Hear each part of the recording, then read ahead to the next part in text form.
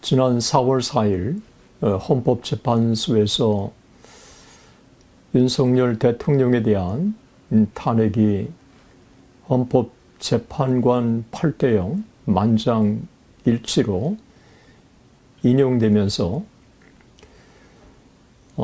상당히 많은 국민들이 깊은 실망에 빠져 있습니다. 제가 아는 어떤 분은 마음으로 어떻게 표현할 길이 없다고 하는 이야기를 들었습니다. 그뿐만 아니라 많은 분들이 동일한 생각을 갖고 있을 거라고 생각합니다. 예, 저 역시 윤석열 대통령의 탄핵 8대0의 인용을 문형배 헌법재판소 소장이 낭독하는 전문을 처음부터 끝까지 인내하면서 다 들었던 사람입니다. 먼저 이번 탄핵의 인용에 대해서 실망하고 시기에 빠진 많은 분들 중에 기독교인들이 절대 다수를 차지하지 않을까 생각을 합니다. 제가 이런 말을 할 자격이 있는지는 모르지만 한국교회 신학교수로 30년 동안 교수를 지낸 한 사람으로 또 한국교회 지도자 중에 한 사람으로 여기에 대해서 제가 여러분들에게 말씀을 드리려고 합니다. 먼저 참 부족하기 이를 데 없고 그리고 이런 말을 할 자격이 있는지 모르지만 역사를 공부한 한 사람으로 오늘의 시대를 어떻게 볼 것인지에 대해서 진솔하게 여러분들과 말씀을 드리려고 합니다. 저는 결론적으로 말씀을 드린다면 헌법재판소의 판결은 정말 전혀 예측하지 못한 판결이었다고 하는 사실을 제가 먼저 말씀을 드리려고 합니다. 그리고 저 역시 지난 12월 3일 계엄령이 선포된 이후에 4월 4일 날 헌법재판소의 결과가 나올 때까지 4개월 동안 사실 저 역시 제대로 일손이 잡히지 않았던 사람 중에 한 사람이었습니다. 대한민국의 국민의 한 사람일 뿐만 아니라 이번 대한민국의 윤석열 대통령의 탄핵 반대에 한국 기독교가 앞장선 것은 널리 알려진 일이라고 생각을 합니다.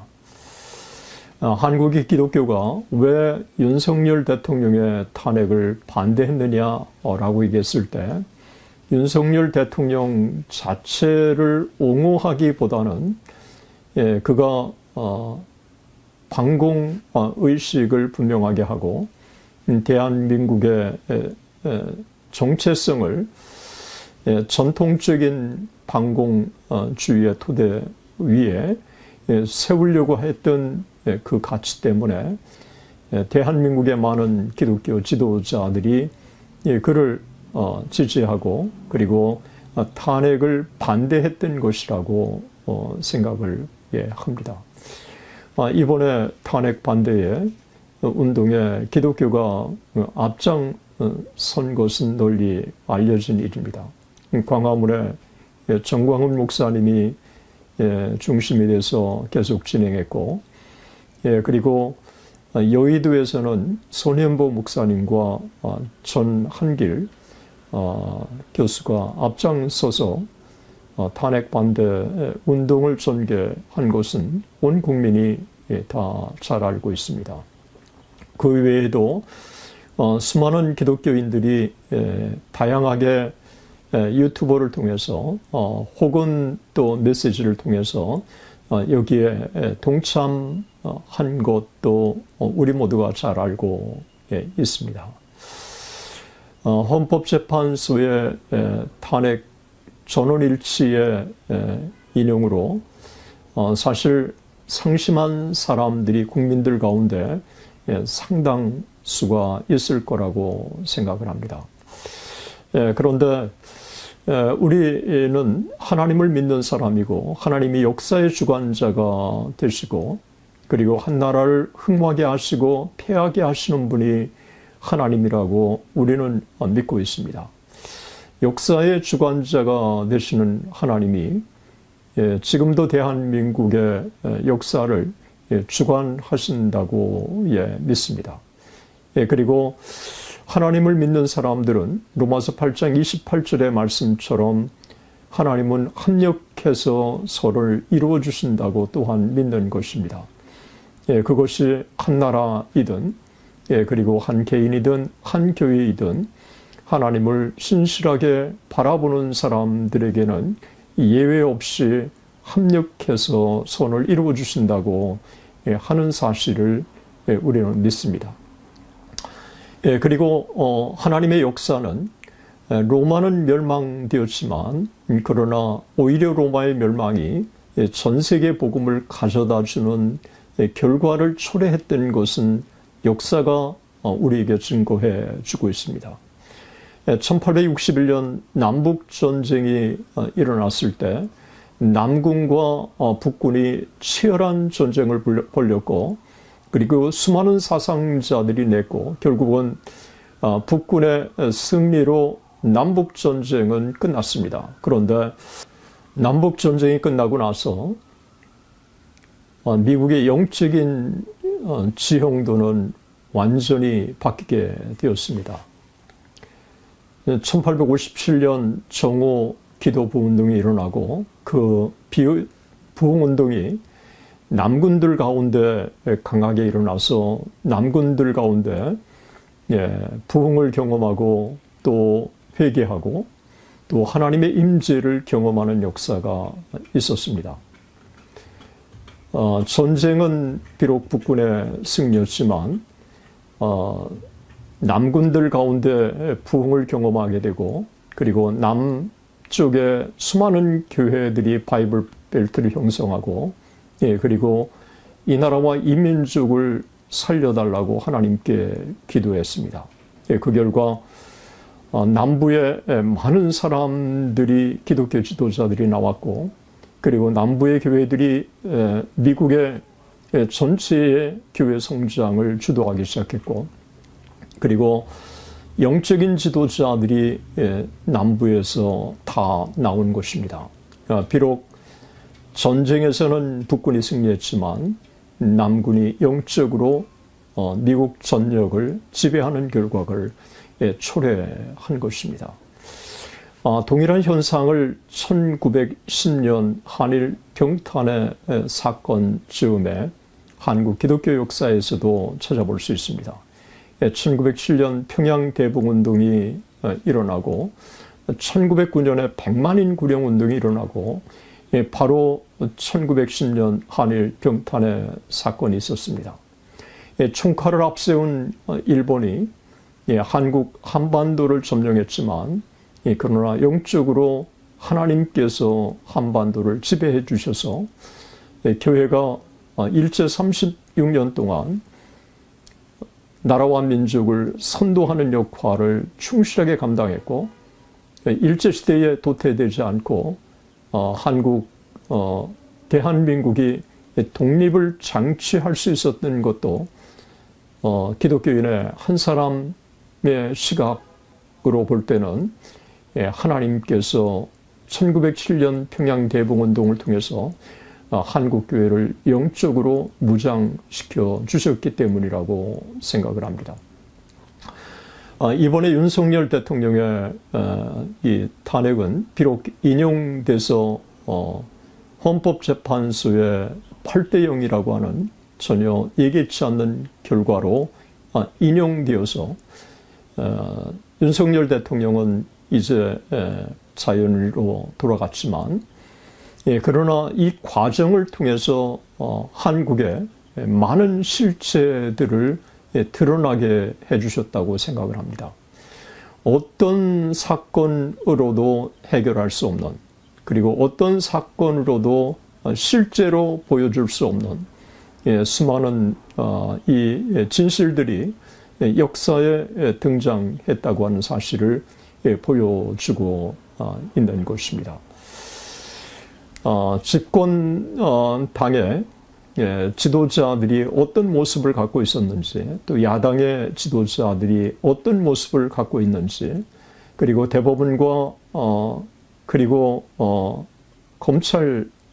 대검찰청과 그리고 또 그 중앙지방법원이나 또 서부지방법원, 그리고 헌법재판소, 이 재판소나 또 그 지도자들이 어떤 입장을 취하고 있었는가도 선명하게 보여주고 있습니다. 그리고 역사를 넘어 하나님이 함께해 주신다고 하는 사실을 믿음의 사람들은 우리가 신앙의 눈으로 바라봐야 될 것이라고 생각을 합니다. 이제 대한민국의 기독교인의 한 사람으로, 또 나라를 사랑하는 한 사람으로 제가 기독교인들에게 적어도 저는 몇 가지를 제안하려고 합니다. 첫 번째, 헌법재판소에 이 탄핵은 인용되었지만, 그러나 이것이 오히려 하나님께서 합력해서 선을 이루어 주실 수 있다고 하는 하나님의 기쁘신, 우리가 이해하지 못하는 섭리가 그 이면에 있을 수 있다고 하는 것입니다. 그래서 우리는 여전히 변함없이 하나님을 바라보고 우리가 믿음으로 하나님께 나가야 할 거라고 생각을 합니다. 두 번째는 이런 일을 만났을 때 흔히들 그동안에 한국교회가 이렇게 정말 단합된 모습을 한국의 보수주의자들이 보여준 사례가 없다고 생각을 합니다. 압도적으로 여론조사에서 나올 정도로 단합된 모습을 보여준 것입니다.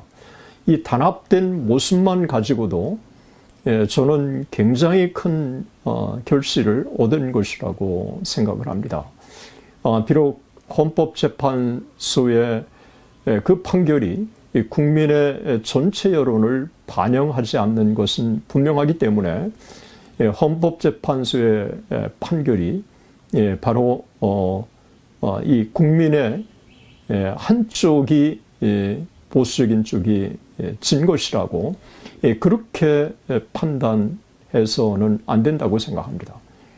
자책을 하지 말아야 될 것이라고 생각하고, 오히려 다음 세대를 우리가 정신 차려서 키워내는 게 얼마나 중요한가 하는 거를 이번 오히려 탄핵 과정과 심리 과정에서 선명하게 드러냈다고 생각합니다. 그리고 2030이 영적으로 깨어나고 또 질적으로 깨어나고, 그리고 현실에 대해서 바르게 볼 수 있었다는 것은 정말 한국교회의 미래가 밝다고 하는 것을 보여주고 있습니다.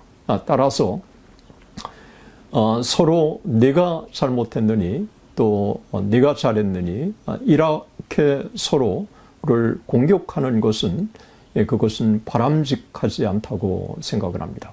특별히 기독교인들이 서로가 누구를 공격하는 것은 하나님 앞에 바른 모습은 아니라고 생각을 합니다. 이번 탄핵 정국을 통해서 기독교인들이 앞장서서 정말 용기를 보여준 그 모습대로 우리가 이런 어려운 때일수록 오히려 서로가 서로를 관용하고 포용하고 이해하고, 그러면서 하나님의 영광을 오히려 드러내야 한다고 생각합니다. 1929년 근본주의 대 현대주의 논쟁이 있고 나서 근본주의 진영에 있는 많은 사람들이 또다시 분열의 분열을 거듭하면서 보수주의는 분열주의라고 하는 인상을 미국에 강하게 심어줬는데, 이번에 한국의 기독교가 그런 모습을 또다시 보여줘서는 안 된다고 생각을 하는 것입니다. 세 번째는 한국의 기독교인들은 윤석열 대통령이 정치적인 메시아처럼 그가 그렇게 올인을 한국 기독교가 하지 않았는가 하는 생각을 해보는 것입니다. 그를 구심점 삼아서 진보적인 흐름에 맞서려고 하는 것에 대해서는 정말 충분히 우리가 이해하지만, 오히려 한 사람 윤석열 대통령이 비록 대통령에서는 물러났지만 그가 인격적으로 하나님을 만나고 그가 마지막 메시지를 국민에게 전한 것처럼, 나라와 민족을 위해서 기도하겠다고 한 것처럼 정말 하나님 앞에 기도하는 사람으로, 그리고 대통령으로 경험했던 많은 노하우들이 그리고 진실들이 오히려 국민들을 진정으로 계몽하는, 그래서 이 나라 이 민족에 참 잠에서 깨어나서 무엇이 문제인가를 정확하게 실체를 파악하도록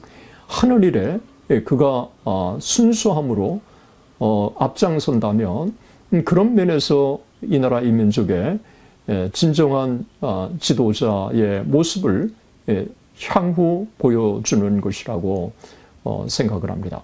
그리고 한국교회는 먼저 그의 나라와 그의 의를 구하는 것입니다.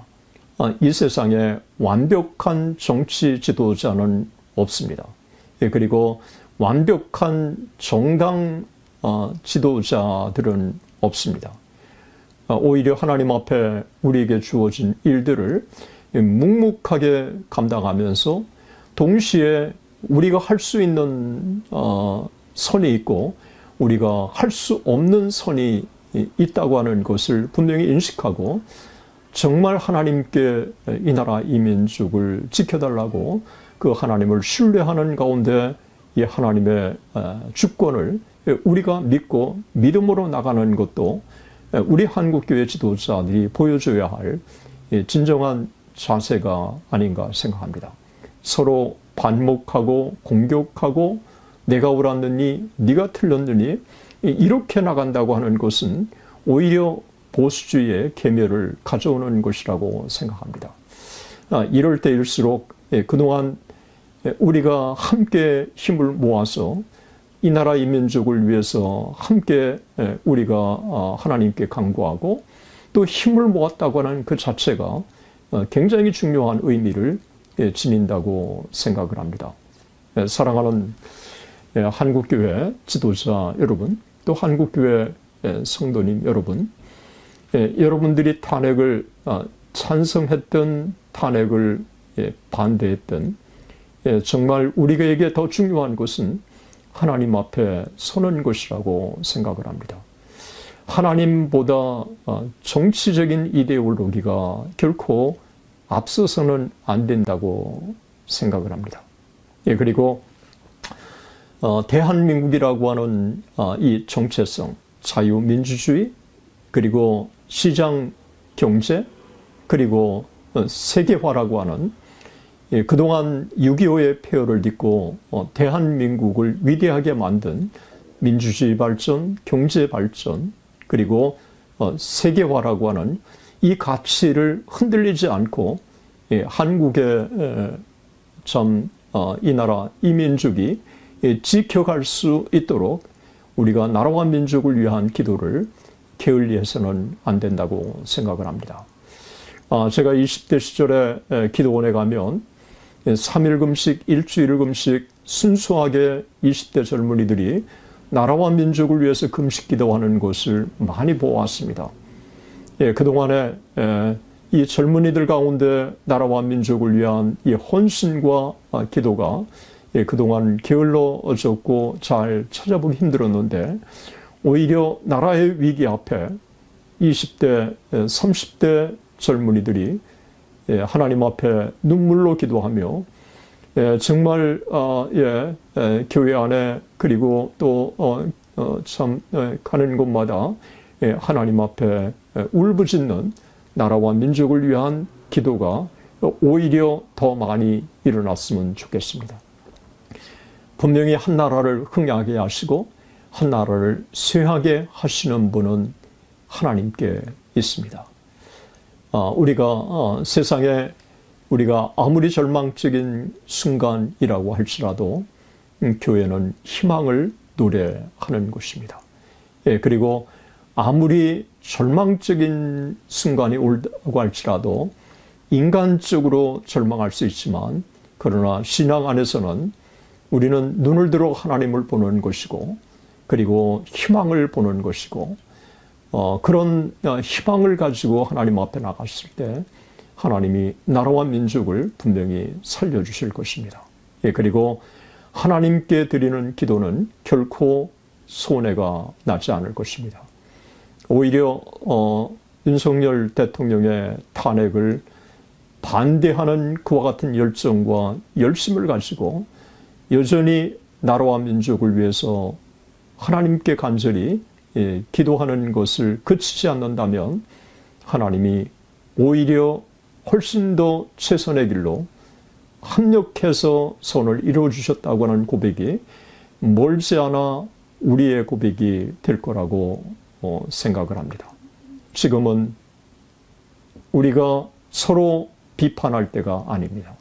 지금은 오히려 겸허하게 하나님의 은혜를 구할 때입니다. 지금은 기도할 때입니다. 그리고 하나님께서 이 나라 이 민족을 위해서 일하시도록 오히려 하나님께, 하나님의 보좌 앞으로 우리가 힘써 나가야 할 때입니다.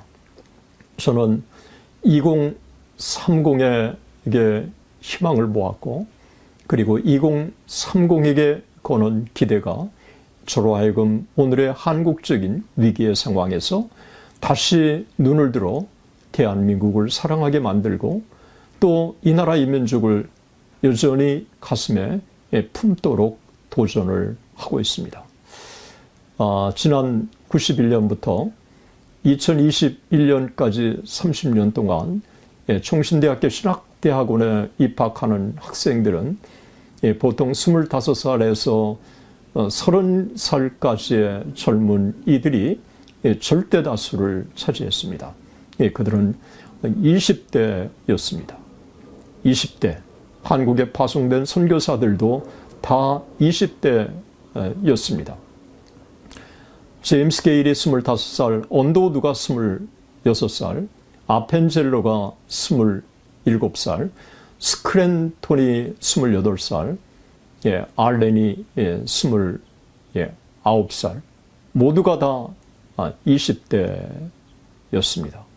제임스 게일이 25살, 언더우드가 26살, 아펜젤로가 27살, 알렌이 28살, 스크랜톤이 29살, 다 20대였습니다.